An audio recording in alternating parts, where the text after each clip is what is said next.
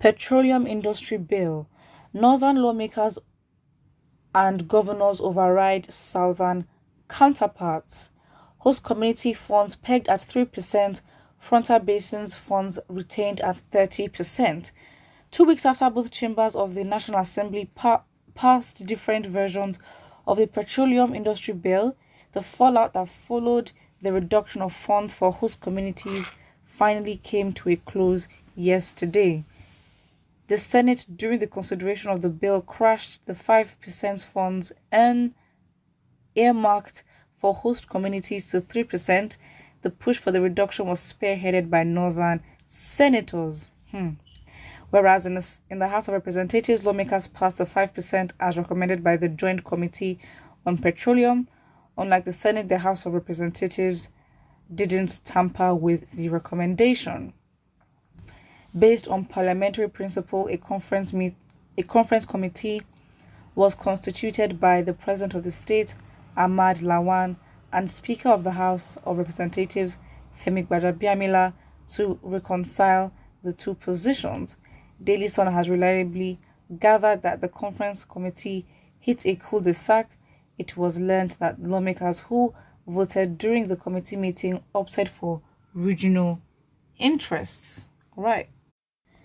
So yeah, towards the end of the article, it literally said the committee hit a cul-de-sac, which is basically, nothing really changed, because again, the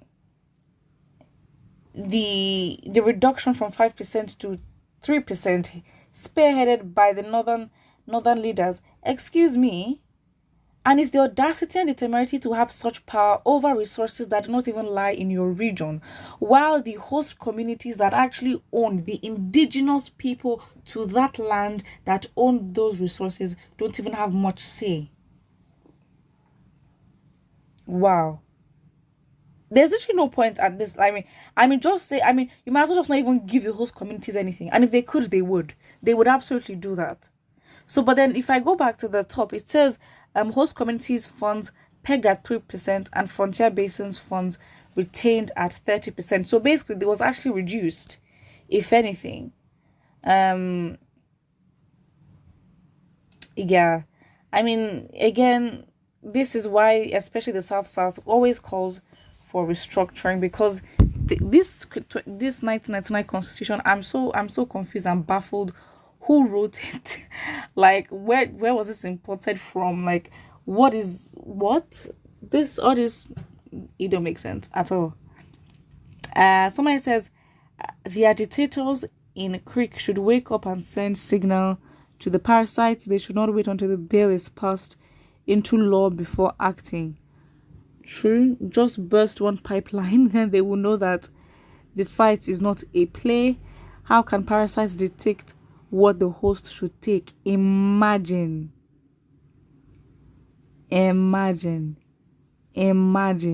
Because for parasites to work, they need a host body, meaning that for you to just take over something, there must have had to be consent in a way where you have exposed yourself and you allowed the parasite to come in. That's it. Somebody says, where is that useless talkative Asari Dokubo? The real corn men are on rampage in your backyard and you're busy fighting Nnamdi Kanu, a foolish man. Honestly. They're literally right in, not even in the backyard, they're in the front yard, the front garden, and they're literally stealing the plants and running away, and they say that you can't do anything, and you stand there and you don't do anything, yet you're out here chasing Nnamdi Kanu for what? Someone says, can you see why they are kicking against restructuring? Any bill sent there will go their way. They restructure the house in a way that even if the West and East join together, the North will still be the majority. That is why they don't want to hear restructure or true federalism. Without restructuring, it will remain like that till thy kingdom come.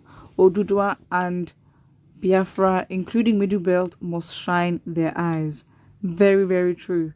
Very, very true. They will always restructure to their advantage. And I've never seen, how such gatekeepers.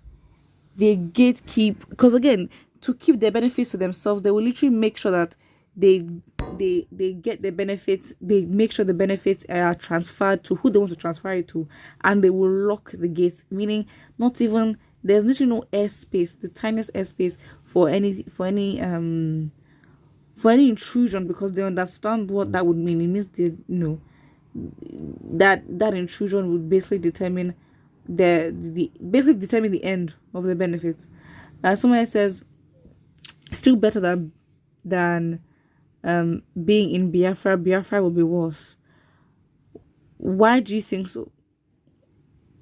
Exactly. Your statement just ends there. You have to give reason and logic for all this.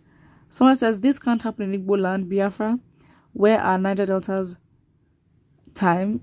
Oh, the Niger Delta time has come. Go to Zamfara state is for Zamfara.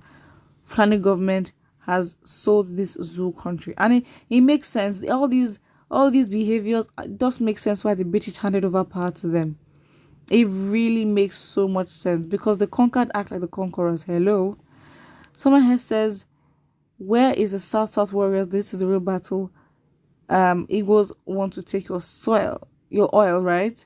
You can see the people that are actually taking your coal oil, you fools. Huh? Alright. Someone here says, simple, blow up all the pipelines faring away from the south, every one of it.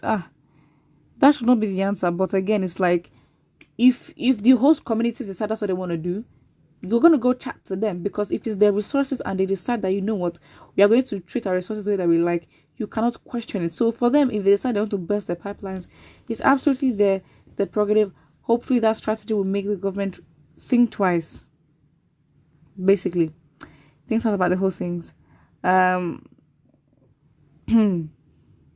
Niger Deltans, you have been used and dumped. Who will fight for you? Now Igbos are watching, all right? The disintegration of Nigeria gets closer by the day. The exceedingly greedy and overly selfish North is leading Nigeria to demise. Is it now you're noticing? All right. Somebody here says, you prefer the parasites that made your brothers and neighbors your enemies. Let them enjoy the money. Still, that is very sad, very, very sad. And I guess it's like in the comment section, it's like a chunk of comments basically saying I told you so. Basically, in simple terms, the most of the comment section is like towards Niger Delta and the host communities, aka what they are saying is you see your life. That's basically what they're saying. So yeah, obviously this is sad. Who will fight for them or who will fight with them? Put what you think about it in the comment section below, and do not forget to like and subscribe.